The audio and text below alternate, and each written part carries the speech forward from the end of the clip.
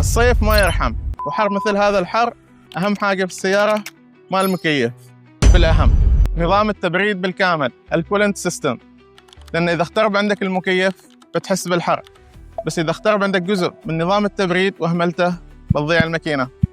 بالأمس تكلمنا عن دورة التكييف، واليوم راح نتكلم عن دورة التبريد بالكامل الكولنت سيستم، وحرفياً هذا جزء لا يتجزأ من الأساسيات، وخاصة في ظل هذه الأجواء. راديتر وتربان مروحة ثرموستات حتى البيبات الصغيرة كلها تشتغل مع بعض عشان تحافظ على حرارة الماكينة.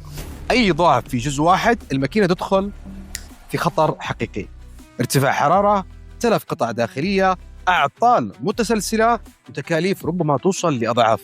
وفي العالمية ما نخلي شيء للصدفة أبداً، هنا نفحص دورة التبريد بالكامل من الراديتر إلى أصغر بايب موجود في السيارة، ونشيك على أي تسريبات ونختبر الأداء. خلق معنا علمية سيارة السيارات، فهي وجهتكم الأولى.